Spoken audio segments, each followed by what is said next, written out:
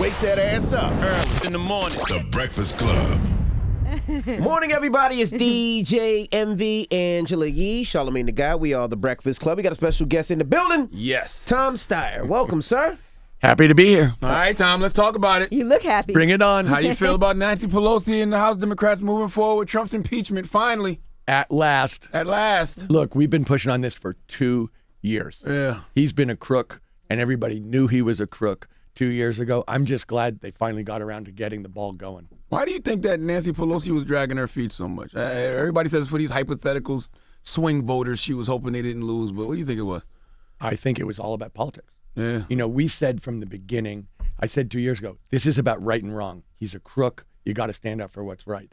And they were like, well, it's going to ruin us in the 2018 election. Mm-hmm. We said, no, it isn't. Try telling the truth and see if people respond to that. Absolutely. And they're like, no, if we tell the truth, we're going to freak out the Republicans. And we said, don't worry, the Republicans are already freaked out. Yeah. You don't have to worry about whether they're going to freak out. They are. The question is, are we going to show up? Mm-hmm. Are we going to say something honest and true that makes people think maybe it's worth it to go vote? But let's go back a little bit for people that don't know who Tom Steyer is. He's a billionaire. Besides the He's a billionaire billionaire. I mean, part. listen, once you say you're a billionaire, people listen to you. No, yeah, he is a Actually, the truth is sometimes they just turn you off. Oh, Really? Okay. So now, definitely. Now, where are you from, and how did you get your start, and how did you get your riches, and So- how were you getting into politics? So start from Okay. the beginning. You're from New York. I'm from Manhattan.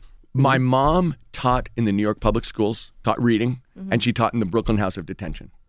My dad is from New York. He's from Brooklyn. Brooklyn. First generation in his family to go to college. So you didn't get $1 million loan. I got zero money from my parents, Okay. not 1 cent. All right. My dad became a lawyer, stopped being a lawyer to go into the Navy in World War II, which everybody wanted to do. And then because he was already a lawyer, he prosecuted the Nazis at Nuremberg. Wow. So one of the things he told me growing up and my 2 older brothers was when you see something really wrong, you fight it. You don't ask how it's going to turn out. You don't try and game it out. You just do the right thing under pressure when you see something really, really wrong. That's the point about impeachment. Right. But so I grew up here, started a business in the beginning of 1986. 1 room, no windows, no employees, and built an international business. What was the business? It's basically taking money from school endowments and foundations, their endowments, and investing it for them around the world. Did it for 27 years. Felt like, you know what? I'm missing a big part of life here. I mean, investing I happen to enjoy. It's fun. Turned out I was okay at it. You're good at it. You're pretty good. All right. Made a bunch of money and said basically, I want to stop doing this. Took the giving pledge to give half my money while I'm alive to good causes and started organizing coalitions of ordinary citizens to take on corporate power. Because I could look at the country and say, the corporations bought the government. It turns out this government's failing, and there's a specific reason. Because every time it fails, someone's making a buck. Yeah. And they're, you know, I was just sitting outside talking to some of the people who work here, and they're all like, yeah, it's absolutely true. No one cares about us. Right. And they were describing themselves as the little people. It's like, they're not the little people. That's called the American people. That's not the little people. So for the last 10 years, that's what I've been doing. That's You what happens when actually you live in a spent capitalist country, though. Well, no, here's my point. We don't have enough compassionate capitalists out there. None. Don't expect it. Yeah. Don't even think about it. The point is, it's fine to have a private sector and capitalism and entrepreneurship and all that stuff. Just don't let them write the laws. The problem is they bought the government. We need to take back the government. The people get to write the laws. They get to work within the laws. They don't get to write the laws. And that's turned upside down right now. They're writing the laws. You've also spent a lot of your own money with this whole impeach Trump campaign from a couple of years ago, too.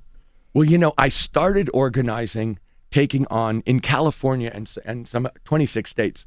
You can put a law on the ballot, and if enough people vote for it, it becomes law. So I've been doing that fight directly with oil companies and beating them, tobacco companies and beating them, utilities and beating them. You know, we've taken on the drug companies. Right.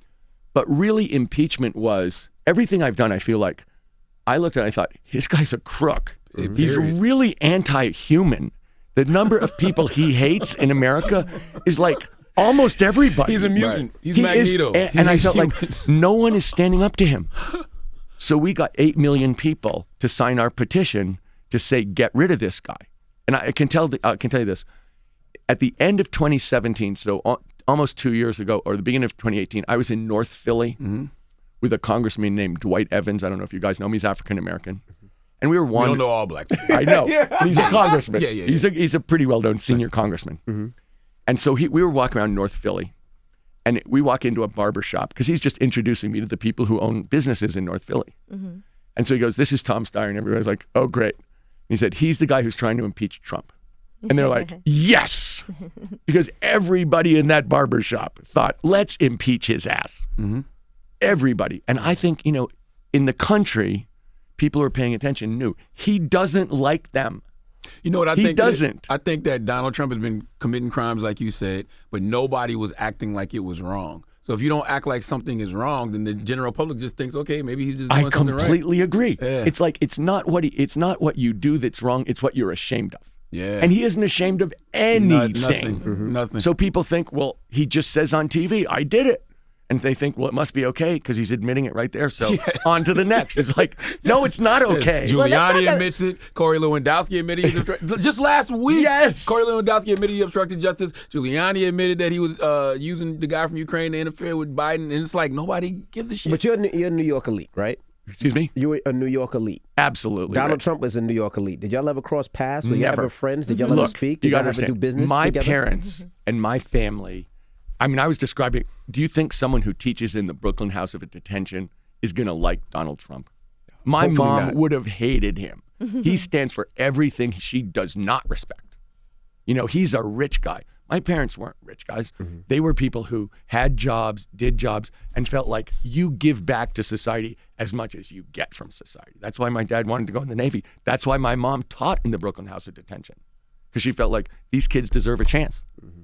Now let's talk about the process of impeachment, though. Okay. Right, because a lot of people don't even really know how it works.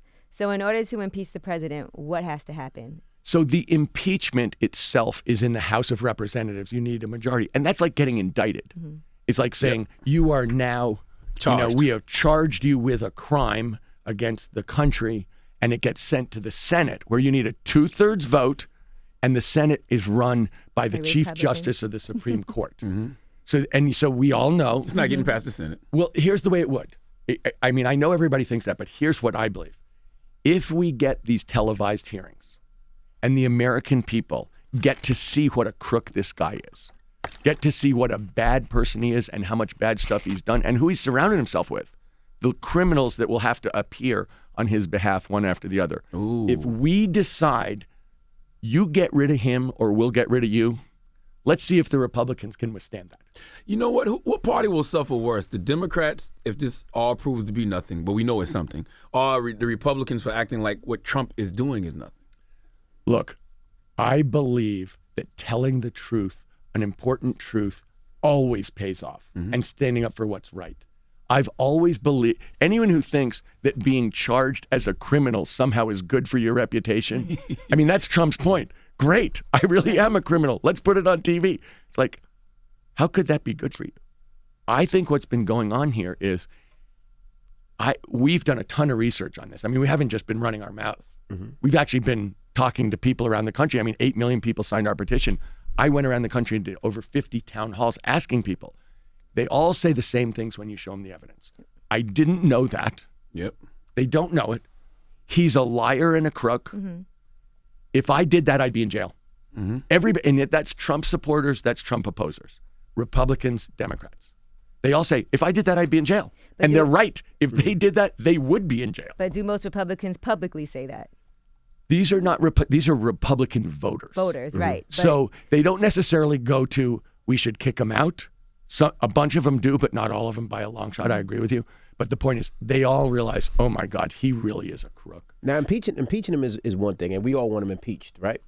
But now, when we talk politics, right, you want to become the president. I do. Now, let's talk about initiatives. Do you have initiatives for everything that we need help on, as far as African Americans in real Affordable estate, housing. mental health, affordable housing, gun laws? Well, I've been in the race for about 2 months.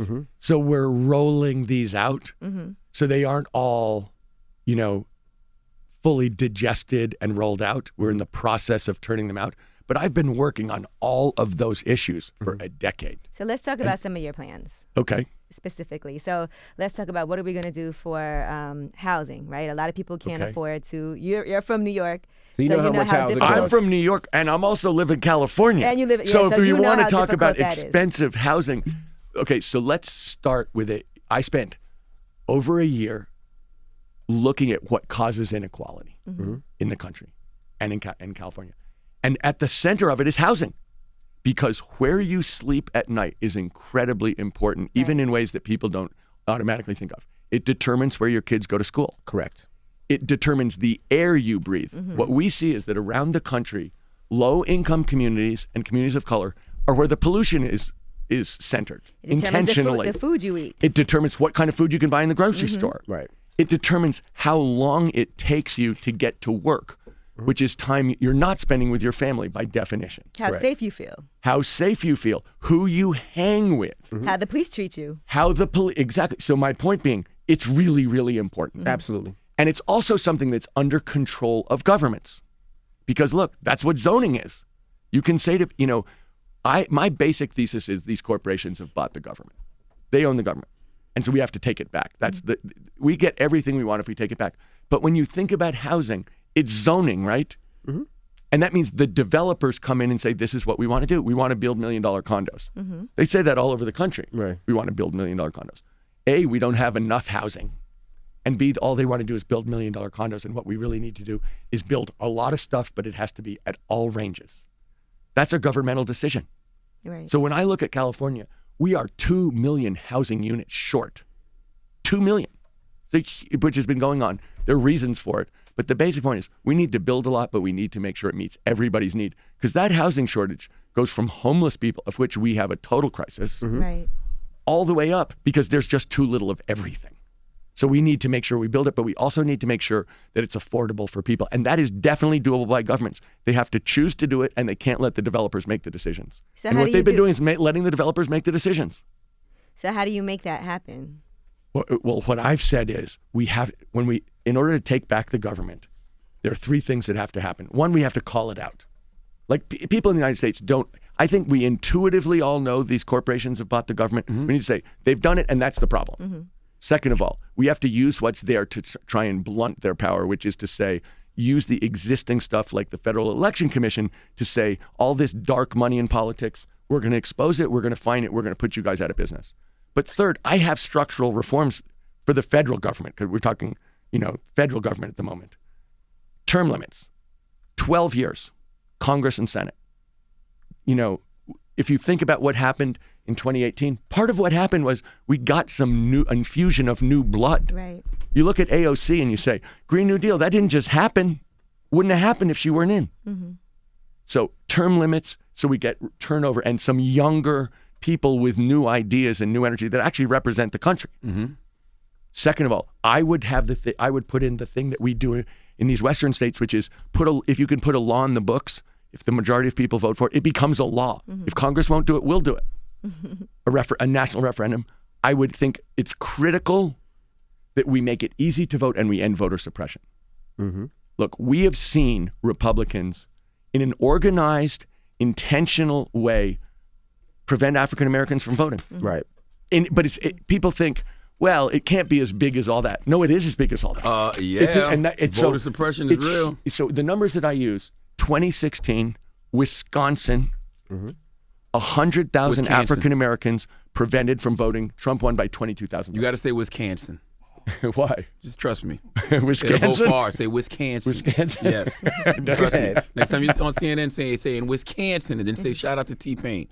Trust me, Tom. I'm on it. Trust me. I am on Trust it. me. But my point is, that's a third. And the last one is, corporations are not people.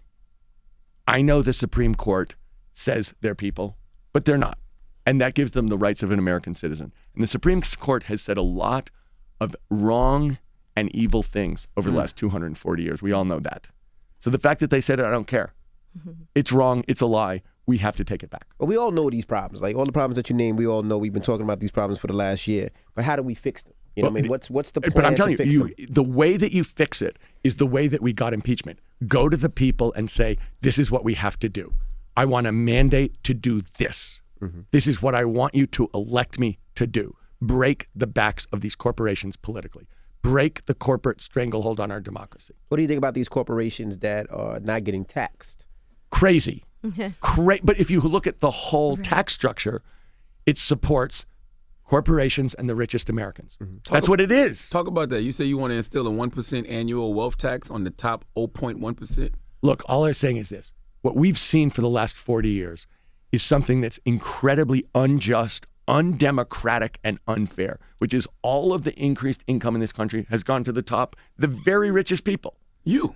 Yeah, absolutely. That's why I took the giving pledge. Yeah. I sat there and said, look, I know it. It's not right. That's why I've been pushing.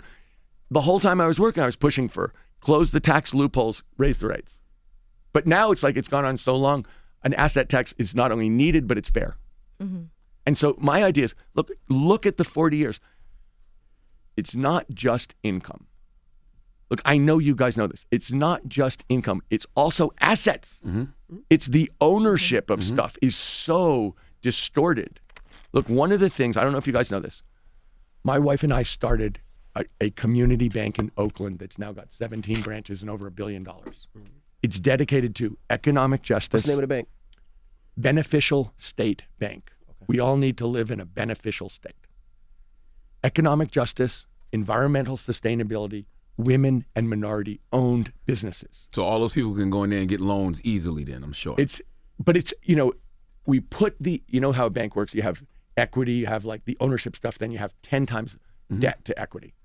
We put the equity in, the ownership stuff, in a foundation so we can never get it back. So yeah, we need to make money so that the Federal Deposit Insurance Corporation will insure our deposits. So it's really a bank. But we didn't want anyone to think we were doing it to make money because we can never get the money out. We can never get it back. So it's not, so we want to do it, say, we will enable your business to work. You pay us back and we'll enable your business to work. Right. You pay us back and we'll enable your business to work. The whole idea is bring money to communities that are starved for capital so people can start their businesses. But also, we've done over 6,000 low-income housing loans in the last 3 years. We do something to do inexpensive used car loans because everybody in California needs a ride to get to work. And if you put together a complicated financial system with a used car dealer, guess what? Right. Yeah, they rip you off. Well, how easy is it for a small minority business owner, black business owner, to come get a loan from you? They come. We do it like a normal person, but normal banks don't want to do that business. Yeah, because it's not really profitable for them. They think we'd rather loan money to the big companies. It's easy. We can loan big sums of money. Our whole deal is no. We want to make sure that these communities get the support that's needed. So when you talk about what we need to do, look, we need to change taxes. We about to crash and raise your them website. back. We need to. Excuse me? I'm about to crash the website of that bank. Good. I'm about to send mad small black business owners there. And don't you bullshit them, Tom. I need to hear about 4 or 5 people tell me they got a loan. But listen, we're in Washington, Oregon, and California. Okay. We're trying to be in every low-income community, urban and rural, because rural is poor. And we want to make sure we're there too. But my point is, in order to address the inequality, look, race is you can't talk about inequality and not talk about race. You can't talk about inequality and not talk about ethnicity. It's deeply ingrained in the inequality. But in order to come back at it, you were asking me what we're going to do. It's not one thing. I mean, you were asking originally about housing. Housing is the center of it, but it's not the only part of it. Education is in there. The criminal justice system is in there. Healthcare. Yeah, all this stuff. So it's like, to me, when you think about it, you think about housing and you make sure you include the idea in your mind that race is central to what's going on in housing. You talk about the criminal justice system and how it's unfair, but you can't talk about criminal justice in the United States and not think about race. You think about education. Yeah. If we don't have decent education and better than decent pre-K through college and make it available to people, you're legislating inequality going forward. But you can't think about that without being aware that 400 years of legal discrimination on the books that's overt doesn't just end and then we're all ready to go. Do you have a black agenda? Do you have an agenda specifically for black people? Look, it goes through every single thing. So when we think about criminal justice, do we think about it in terms of race? Yes. That's only because the system is built to where black and brown people get the short end of the stick all the Absolutely. time in the judicial system. Absolutely. Not because we commit more crimes than anybody. No, Look, that's why if you look, I worked in California. I worked to get rid of money bail. So does money bail ever mention the word race or ethnicity? No. Does it overwhelmingly affect black and brown people? Absolutely. Yes. So when we're getting rid of money bail, are we thinking about it from the standpoint of who has to serve time before they're convicted? Heck yeah. When we're thinking about equilibrating money to school districts so that people get a decent chance, are we thinking, is there ever a mention of race or ethnicity? No. Do we know absolutely that's something that's going on that necessitates it to happen in a way that is urgent? Absolutely. So when we think about it, I'll give you an example. One of the things, I don't know if you know this about me, last 10 years, I've been working really hard on climate. When we think about climate, we start with environmental justice. We don't fit in environmental justice at the end. We start. So in California, when things have passed in the legislature, which California reauthorized our basic energy laws 2 years ago. On January 2nd, when we started talking about it, we said, this only works if this works for the low-income communities, African American and Latino, where the pollution is centered, because if it doesn't work for them, it isn't going to work. And the people who actually carried the bill in the legislature were from the poorest zip codes in California, because we did it so that the money that came in through cap and trade went disproportionately to their constituents. And did I think that was a handout? No. I thought that was a payback for decades It's a of responsibility. sticking the pollution on their kids. And so, when I worked with a community group in Oxnard to stop the last, I hope, fossil fuel plant ever proposed in California, which was definitely going through. But the people from Cause and the people at Next Gen, an organization I started, stopped it. And was I aware that they were going to put the last fossil fuel plant in California in a poor Latino community? Heck yes. And was I aware that they'd been doing that successfully for decades? Heck yes. You could look and you can look and see where they put the pollution. And that's why you have to have a specific black agenda, because there were specific things done to In black every and single brown area. people Absolutely. to keep us at the bottom. Absolutely. Yeah. But what I'm saying is, I do on every single issue. Okay. Like, one of the things we did, I started an organization called Next Gen America to basically be a grassroots organization to register, engage, and turn out people under 35. In 2018, Next Gen America did the largest youth voter mobilization in American history. We were in 38 districts, Republican districts. We doubled the turnout of young people. 33 flipped to Democrats. That's what I actually think we need to do. Right. Get people. But when I think about what we were doing there, do I know that generation is not only the biggest in America, bigger than the boomers? I also know it's the most diverse in American history. I know that it is the most progressive. But within that, we did Black Lives Rising specifically to make sure that when we're thinking about registering, engaging, and turning out young people, we know it's a diverse generation, but we're specifically focused on black and brown people. What does Black Lives Rising mean? What does that It mean? means that we're organized specifically on HBCUs. Okay. That we're specifically aware that we want to make sure that African American young people are talked to, addressed, and encouraged to participate. We want to make sure that the communities that might be underrepresented aren't. Yeah, I definitely think that they want to participate, and I think they have been participating. It's just that y'all haven't been listening. It's like the voice of the unheard. Look, what we've seen with young people, specifically African American, but across the board, when we say to them, why don't they vote? And in 2014, 4 years ago, less than 1 in 5 of the people in this age group voted. We start the conversation by saying, why don't you vote? And they always say the same thing. They say, no one tells the truth. Yeah, and nobody gives a fuck No about us. one deals with our issues. Yeah. There's really no difference between the parties. Why would I vote? And we say, okay, now we're in the conversation. Because, we feel as if actually if you vote and your generation votes, we're going to do exactly what we did in 2018, which is flip all these districts, get rid of all these people who, for whatever reason in my mind, have gone so off the rails in terms of caring about Americans. That's great, but it benefits the politicians, not the people. Like, yeah, you get your votes, you get your people in, but what happens to our community? And so that's the only, but let me say this. I think that politicians traditionally feel like the win is the electoral win, is winning, exactly what you're saying. Mm-hmm. But what I think the win is accomplishing something.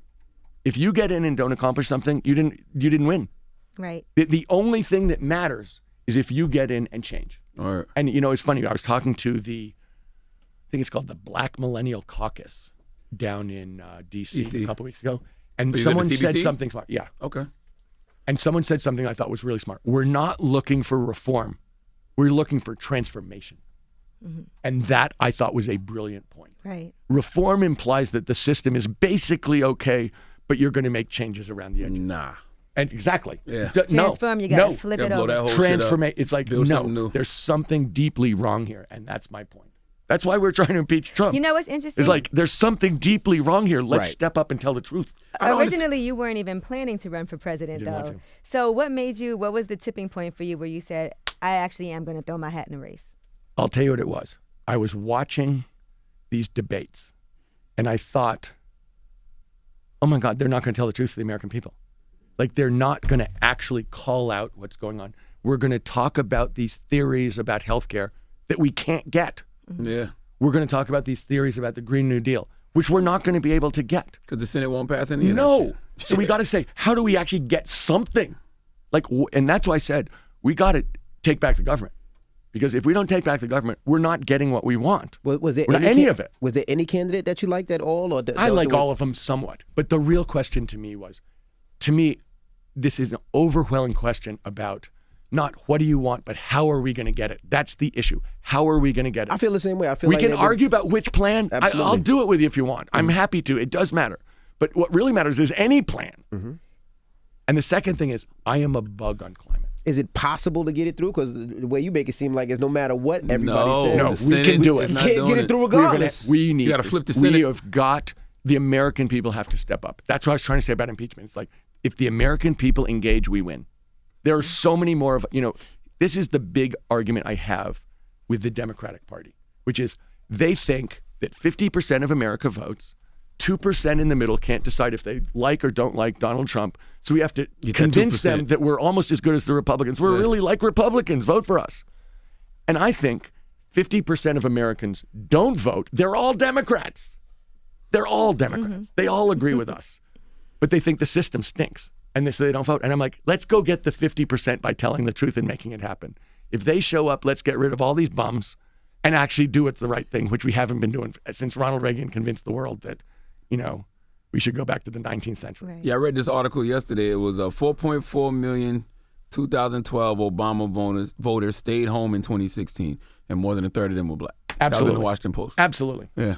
Because people felt like, look, I'll tell you a story which was super important to me. Mm-hmm. So I was in Las Vegas at the biggest public hospital in Las Vegas having lunch with all the people except the doctors. Mm-hmm. So it's like the nurses and the orderlies and the cleaning staff. And we're sitting around, and these guys are great. I said, you guys like your job? And they're like, we love our job. I said, okay, is that because you get well paid and have good benefits? They go, no, we save lives. This is a great hospital. We save lives. This is the cleaning staff. They see their job as being part of an engine, an effective engine to save lives of anyone who walks into that hospital. Mm-hmm. So you got to love these people, right? Love them. I said, who fights for you in Washington, D.C.? They go, absolutely no one. I said, come on.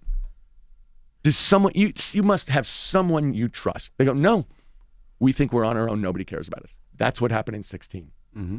Those people were sitting there going like, I'm not sure I need to vote because I don't see someone who's going to get up and they don't want to be experts on the Green New Deal.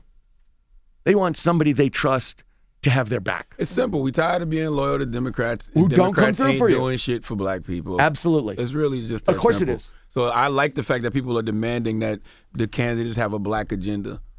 Me too. Look, when I love think the about conversation about reparations. I love it Me all. too. I think it's got to happen. You think reparations should happen? Oh, let's start right here. You're a billionaire. You mean, what can you write us? What kind of check can you write? A million. I can't. We all help our communities in various ways. We'd love a donation.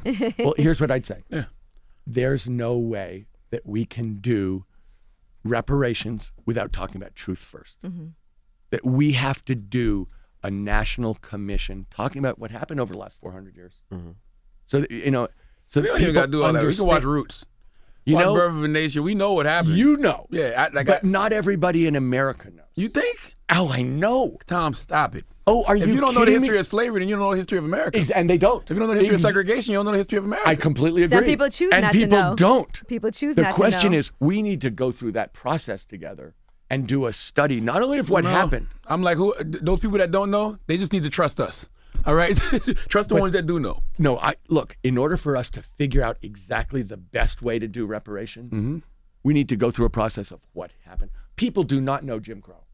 You know, I went down to, I don't know if you guys have been down to Montgomery, Alabama, to the memorial to the victims of lynching. Have you guys been there? No, I've never been to that. Okay, it's fantastic.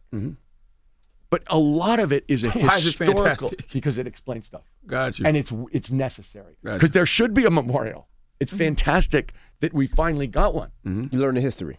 And it's out there. And look, there's stuff in there that I definitely didn't know. Like, I did not realize that the government of Alabama largely paid for itself by hiring out convicts for free and keeping the money. Wow. It's like, are you kidding me? Well, of course they wanted a lot of convicts. That's They happening. paid for everything. That's what mass incarceration is. Yes.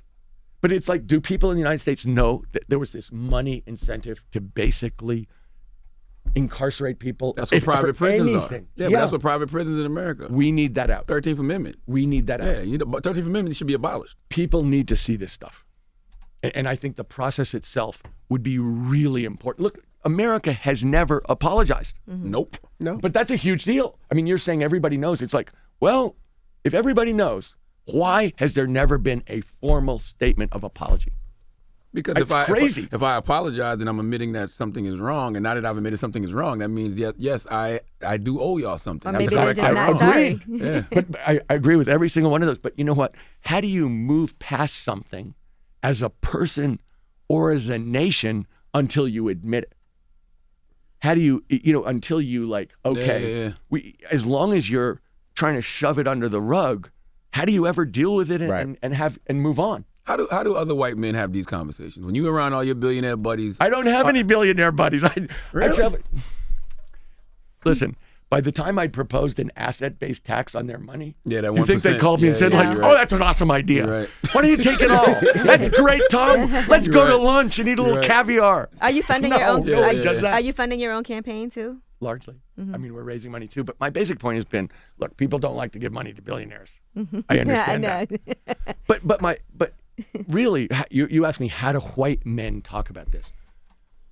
Look, When we're not around, when the cameras I know aren't on. what you're asking, but I think you can't generalize that way, because if you look, I live in San Francisco, California. My brother worked for the NAACP Legal Defense Fund. My mom taught in prison because she thought it was important for those kids to get a chance when they came out. The people who I hang out with are not sitting here. It shocks me sometimes. I'll tell you a story, which for me, somebody from New York, somebody who lives in California, I was doing something on energy in probably 2010.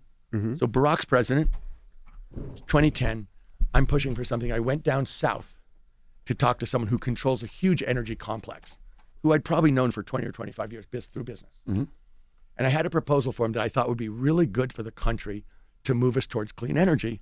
And I thought I could bring something to the table and he could bring something to the table. So I make the proposal and he goes, well, is it going to help the president? I go, I have no idea. But I know it's good for the United States of America. I know you can make a huge contribution. You can be a hero. He goes, Tom, is it going to help the president? I said, I don't know. Look, I guess if it's good for the country, It should be good. it's good for the president, but it's got nothing to do with the president. Correct. It's got to do with what we can do together. And he literally goes to me, if it's going to help the president, I'm not going to do it. Wow. Oh my God. In those, yeah, and that's exactly what I was like, flabbergasted. So was that a party thing or a race thing? I thought it was race. Okay. Did you ask him why? I literally had, I was so, I've never been so shocked. I mean, that's why I'm telling you the stories, because it's totally floored me. And he didn't do it. It was in his interest. It was great for the country. I was telling him, you can be in the history books if you do this. Is he doing it now? No. And it was one of those things where you just sort of go Who's like, the energy company so we can stop supporting it? private. Oh. But I'm just telling you, you were asking me, what do people say in private? It depends where you are and who you are. Look, you can't look at the Republican Party and not think they're thinking race. Duh. Yeah, but I mean, but you can, but so I'm saying that it's not monolithic. Yeah. That's what, I'm not in the Republican Party for a reason. I went to the dinner. I used to do a lot of things with an older Republican named George Shultz because I believed that if we came up with a good idea, America would do it, which turned out not to be true. Just to be clear, I thought if we could objectively prove it would help everyone. It was like the conversation I had with that oil guy. Like people would do it just because it's the right thing. It turns out it's not true. But I went to his 90th birthday party, all Republicans and me. I'm sitting at a table and finally, in the middle of dinner, this woman turns to me and she says, "Why are you a Democrat? Like, you seem like a normal person. Why would you be a Democrat?" Right. Like, that was definitely the question. You seem like a normal person. We've had a normal conversation. Why are you a Democrat? I said, civil rights. Like, why would I join a party that's dead wrong on the basic moral issue of the day? Because you're a rich white man and you don't have to worry about civil rights. You got them. But let me put it to you this way. Yeah, I mean, what but you're I'm saying is also correct, a human though. being Yeah. who believes in God and wants to have a meaningful life. Right. So Right. if you ask me, why do I believe in civil rights? It's because I want to be a decent person and stand up for what's right. I got a homegirl who says, her name is Miko. She says that it's impossible for a billionaire to be a decent human being. It's impossible to make that kind of money and be a decent human being. And you refer to yourself as a decent human being. I sure hope so. Look, She said you have to step on people. You have to cut throats on the way up to make that that's kind not of true. money. I don't think that's That's true. not true. What really, I would put it a different way, which is this. You don't. The question is, does the money change you? It's not a question of what did you do to get the money. I invested money, in a good way. Successfully. And it worked. Successfully. The question is, does having the money become this thing to you that you take so seriously that then you start being a horse's ass, like a selfish person focused on him or herself? You lose your compassion. Question. Yeah. Yeah, your empathy. Yes. Yeah. Does it separate you from people? Look, one of the things that's been true. Look, I said I did 50 impeachment town halls. That means going around and looking people in the eye and listening to what's going on with them. And I'll tell you a story about running for president. One of the early primary states is South Carolina. That's where I'm from. And I was down there in a place called Denmark, South Carolina. Know it very well. Overwhelmingly African-American, poor, rural place. That's where my guy Bakari from. And they don't have a water treatment facility. Yep. Which means there are people getting sick and dying because the water's terrible. So I went down there because I'm a clean water person. That's been something we've worked on in California for years. It's always located in communities just like this. And I went and had dinner with the activists from Denmark, South Carolina. If you meet them, they're in a tough spot and they're unbelievably great. They're idealistic. They're working hard through the system. They're optimistic in really tough times. And you learn something. You're asking me, can you be a good person and be rich? And my answer is, depends who you hang with. All right. And Depends so what you do with your money. Absolutely. Right. And so I was talking to somebody who would ask me, Tom, I can either take my daughter who is very, very, very sick to the doctor or I can pay rent. What do you think I'm going to do? He said, you're taking your daughter to the doctor. Absolutely. And she said, you're right, but I don't know where I'm going to be on August 1st. Living. So you're asking me, the question is, who do you see? Who does your heart go out to? Who do you connect with? And if your heart is connecting with your bank balance, you should be very careful about your soul. I agree. Can the Democratic Party beat Trump in 2020 without proper voter security? Because you talk about telling the truth. That's the other thing they're not telling the truth about. Look, in the states that are controlled by Republicans, they're going to cheat. They're going to cheat. They're going to do voter suppression.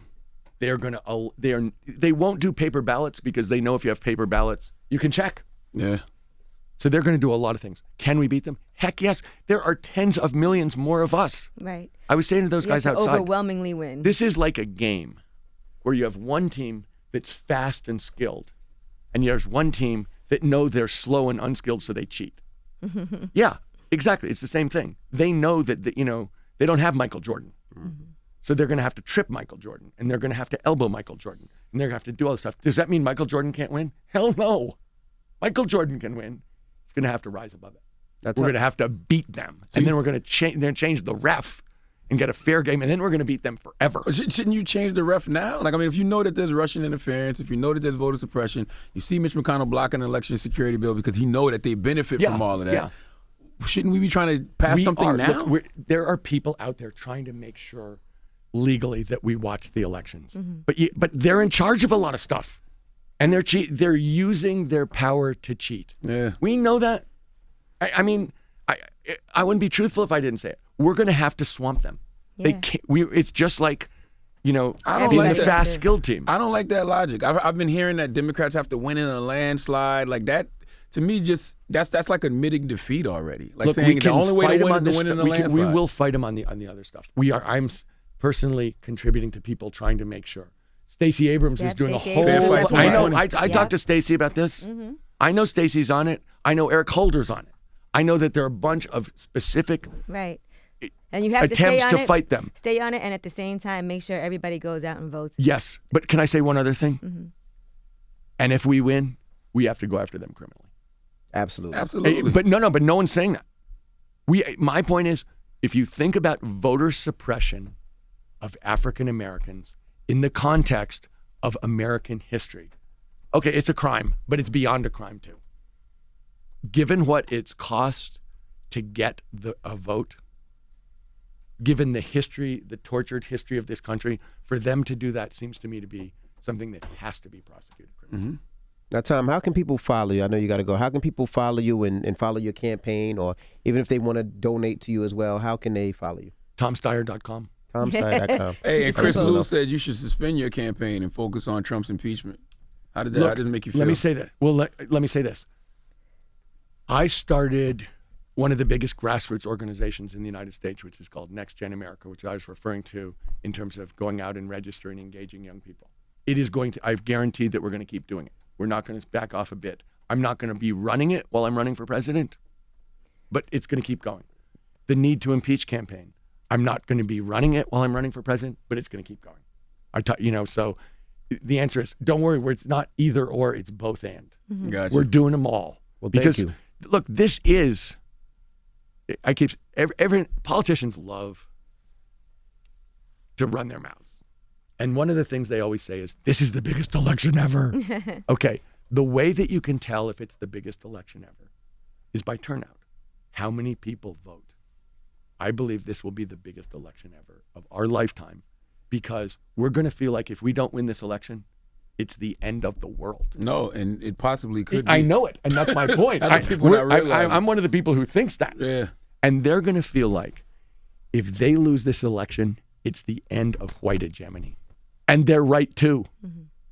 So it's going to be a really, really emotional and potentially dangerous confrontation. Yes. Tell the truth. Dangerous. Yes. Look, the guy was a complete idiot, but there was a guy who sent 11 bombs to people. Right. Yeah. I was one of the 11 people. There was a guy that guy down in El Paso, Texas, was killing people so they could not vote. Mm. So when we talk about potential danger and violence, people are going to feel like what they value most is going to be at stake. Wow. I feel that way. My daughter was on the phone with me, who's 27 years old, last Friday, saying, I'm worried that we're not going to be able to, control that the world's going to get away from us, that everybody's going to be at risk, that we're too late to stop it. People are wound up in a way. It's not like shades of gray. No, this is like all the way over there or all the way over there. Right. And that's how I feel too. Well, Tom, we appreciate you for joining us. I like the subliminals of what you're drinking right now too. I know. Honest. It's Tom Steyer. It's The Breakfast Club. Good morning.